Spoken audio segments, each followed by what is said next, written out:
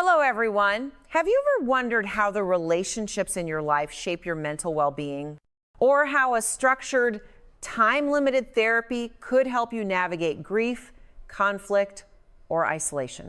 Today, we're diving deep into interpersonal therapy, or IPT, a powerful, evidence-based approach that's transforming lives. This isn't just another therapy. It's a journey to better relationships and a healthier mind.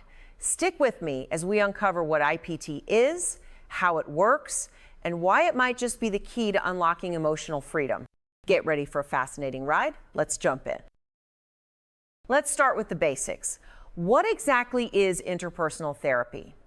IPT is a structured, time-limited form of talk therapy that zeroes in on the connections between your relationships and your mental health. Developed in the 1970s by psychiatrists Gerald Clerman and Myrna Weissman, IPT was originally designed to tackle depression. But here's the twist. It's not about diving into your childhood traumas or inner conflicts like some therapies. Instead, IPT focuses on the here and now, your current relationships and how they impact your emotions. Imagine a therapy that helps you untangle the knots in your social world, whether it's a strained marriage, the loss of a loved one, or feeling isolated.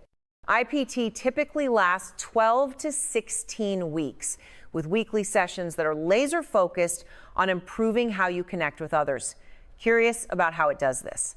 Let's explore its roots next. To understand IPT, we need to travel back in time to the ideas that shaped it. Picture this. It's the early 20th century, and psychiatrists like Adolf Meyer and Harry Stack Sullivan are rethinking mental health. Meyer believed in the biopsychosocial model. Sounds fancy, right? It's the idea that your mental health isn't just about biology, it's about your environment and relationships too. Sullivan took it further, arguing that our connections with others, like family or friends, play a massive role in our mental well-being. Fast forward to the 1970s, Clerman and Weissman built on these ideas, creating IPT as a targeted way to treat depression by addressing relationship challenges. Here's the kicker. They tested IPT in research studies, and it worked so well, it became a go-to therapy for more than just depression. Want to know what makes IPT so effective? Let's break down its core principles. IPT isn't a one-size-fits-all therapy. It's built on a few powerful principles that make it unique. First, it's time-limited, meaning you're not signing up for years of therapy. Most people complete IPT in just 12 to 16 sessions, giving you a clear finish line. Second, it's all about your current relationships, not digging up the distant past. IPT believes that the stress in your social world, like conflicts with a partner or feeling lonely, can fuel mental health struggles. Third, it's collaborative. Your therapist isn't just a listener. They're an active partner, guiding you to set goals and tackle challenges. And here's what's really compelling. IPT doesn't blame you for your struggles. It sees issues like depression as a medical condition influenced by your environment, not a personal failure. Ready to see how this plays out in real life? Let's look at the problems IPT target. IPT focuses on 4 main areas where relationship struggles can impact your mental health. First up, grief. Losing someone you love can leave you stuck in sorrow, and IPT helps you process that loss and rebuild connections. Next, role disputes. Think of arguments with a spouse, friend, or coworker where you just can't see eye to eye. IPT teaches you how to communicate and resolve those conflicts.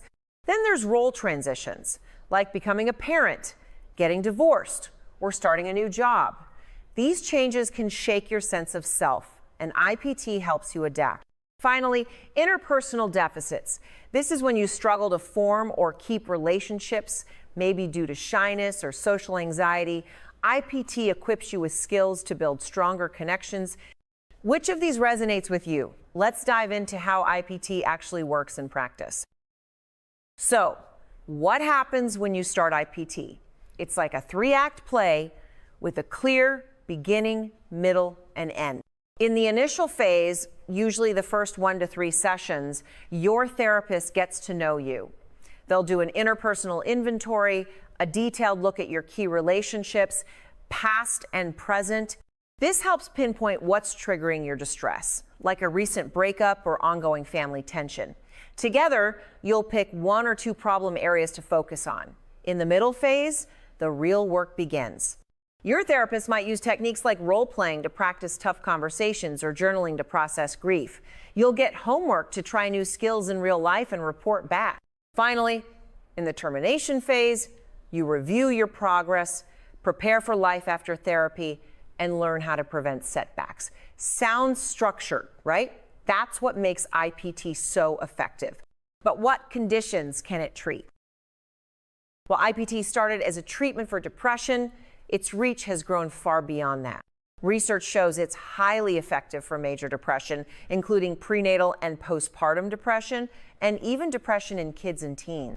But here's the surprise.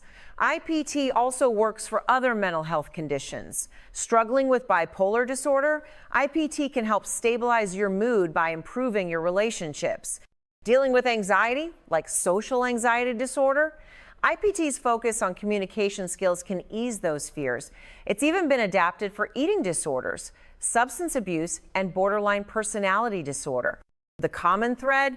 IPT targets the interpersonal issues that often fuel these conditions.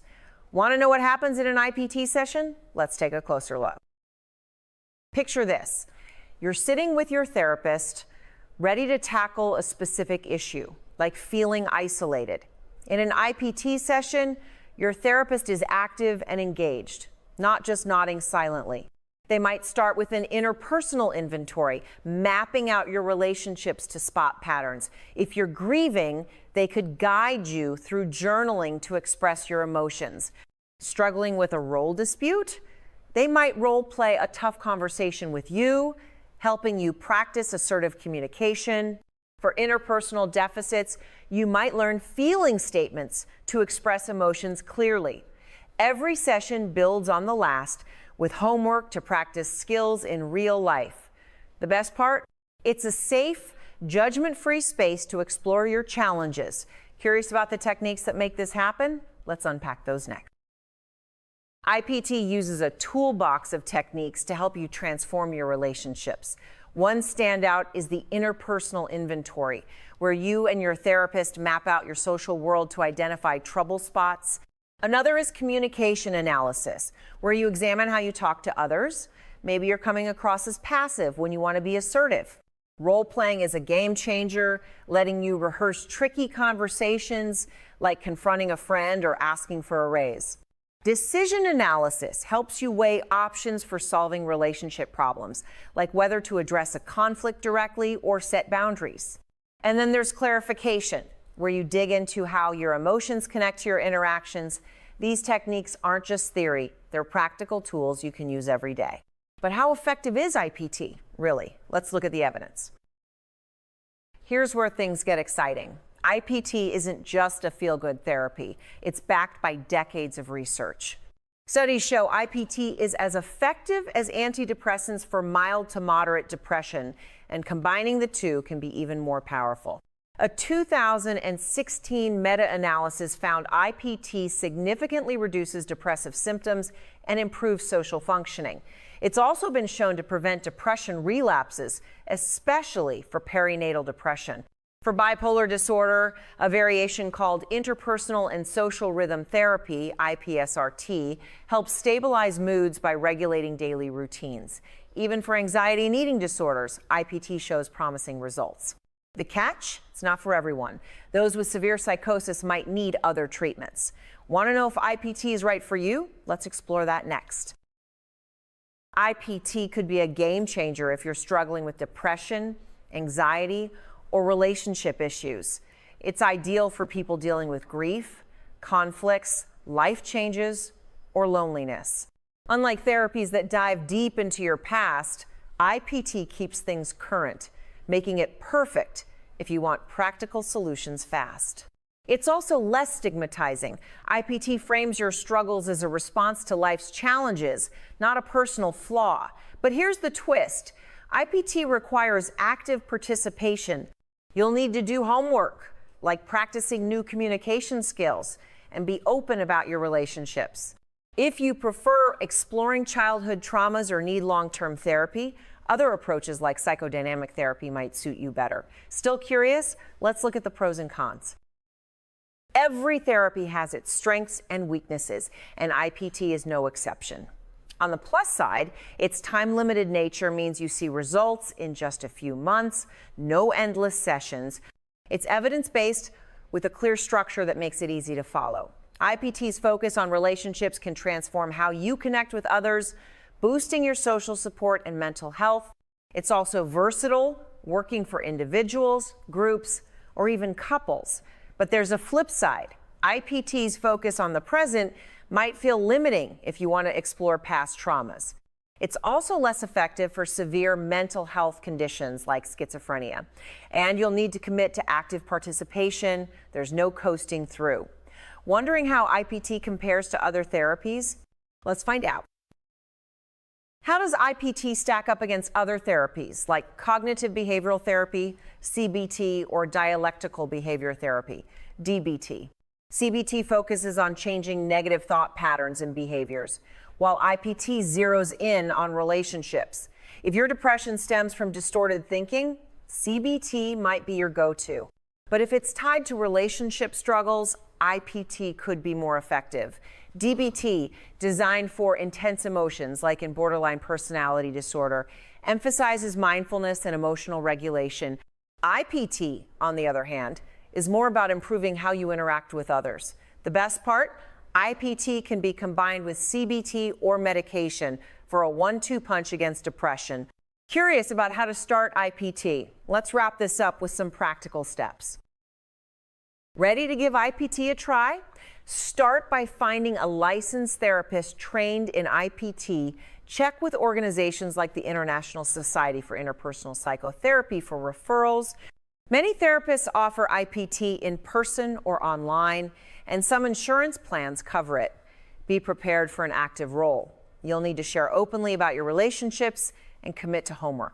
Ask potential therapists about their IPT experience and how they tailor it to your needs.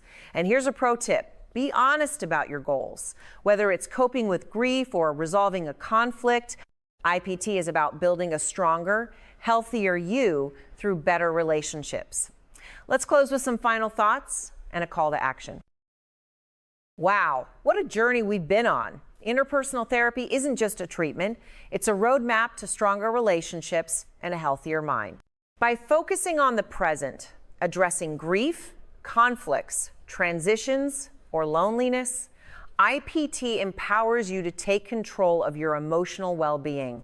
Whether you're battling depression, anxiety, or just feeling stuck, IPT offers practical, evidence-based tools to transform your life. So, what's your next step?